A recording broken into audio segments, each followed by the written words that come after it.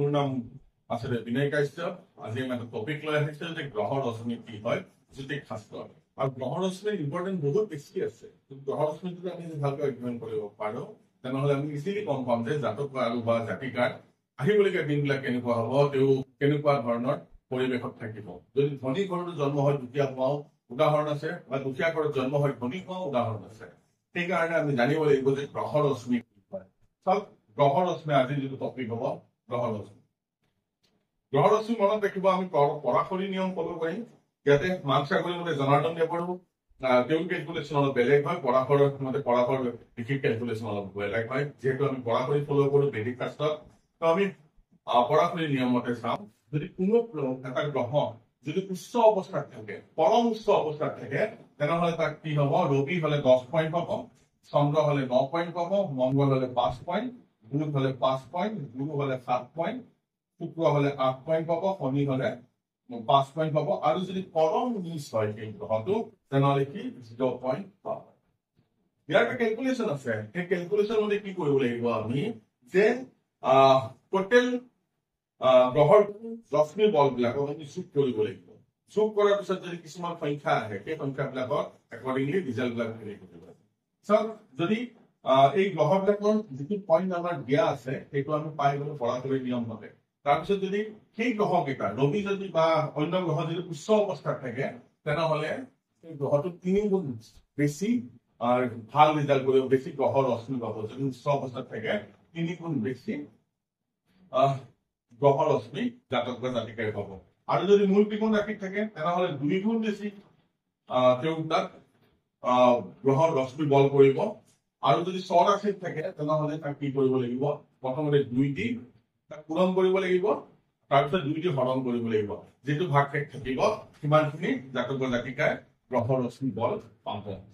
আৰু যদি পৰম মিত্ৰত যদি থাকে তাক কি কৰিব লাগিব, 4 দি তাক পূৰণ কৰি 3 দি হৰণ কৰি দিব লাগিব। যিটো ভেলু ওলাব সেইখিনি জাতক বা জাতিকাই পাব। তাৰপিছত মিত্ৰ ৰাশিত যদি থাকে তেনেহলে তাক 6 দি পূৰণ কৰি 5 দি হৰণ কৰি দিলে যিটো ভাগ ওলাব সেইখিনি ৰশ্মি জাতক বা জাতিকাই পাব।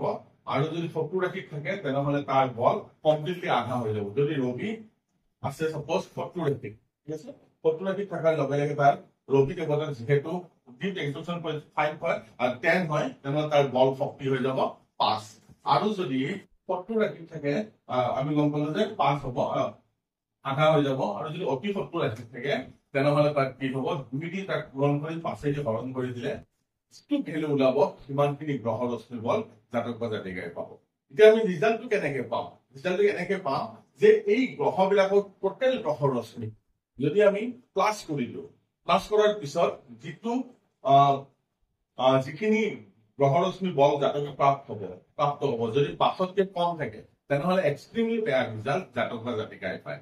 গ্ৰহ ৰশ্মি যিমানে কম হ'ব সিমানে বেয়া ৰিজাল্ট আহিব। আৰু যদি 6 পৰা 10ৰ ভিতৰত থাকে ভেৰি বেড ৰিজাল্ট হ'ব। আৰু যদি 15 পৰা 30ৰ ভিতৰত থাকে তেনেহলে ভাল ৰিজাল্ট অলপ অলপ আহিব জাতক বা জাতিকাৰ। যদি 30ৰ পৰা 40ৰ ভিতৰত থাকে ভেৰি গুড ৰিজাল্ট, জাতক বা জাতিকাই যথেষ্টখিনি সমাজৰ মান সন্মান সমাজৰ পৰা পাব। যদি 40ৰ পৰা 50ৰ ভিতৰত থাকে এক্সট্ৰিমলি গুড ৰিজাল্ট জাতক বা জাতিকাই পাব। আৰু যদি 51ৰ বেছি থাকে 51ৰ বেছি থাকে তেনে জাতক বা জাতিকা দেশ এখনৰ ৰুলাৰ হয়, কিং হয়, তেওঁৰ মতে সেই দেশখন চলা বহা কৰে, ঠিক আছে। সেইকাৰণে সদায় মনত ৰাখিব, যিমানে গ্ৰহৰ ৰশ্মি জাতক বা জাতিকাৰ বেছি হব সিমানে জাতক বা জাতিকাই ভাল ৰিজাল্ট পাব। যিমানে গ্ৰহ ৰশ্মি কম হব সিমানে জাতক বা জাতিকাই বেয়া ৰিজাল্ট পাব। ইয়াতে 15ৰ তলত হলে সাধাৰণতে বেয়া বুলি ধৰা হয়, 15তকৈ ওপৰত যিমান যাব সিমানে জাতক বা জাতিকাৰ কাৰণে প্ৰফিটেবল পাব। আকৌ এবাৰ কৈ দিছো, পৰাশৰ সিদ্ধান্ত মতে ডিপ এক্সটেনশন পইণ্টত কিছুমান পইণ্ট দিয়া হয়।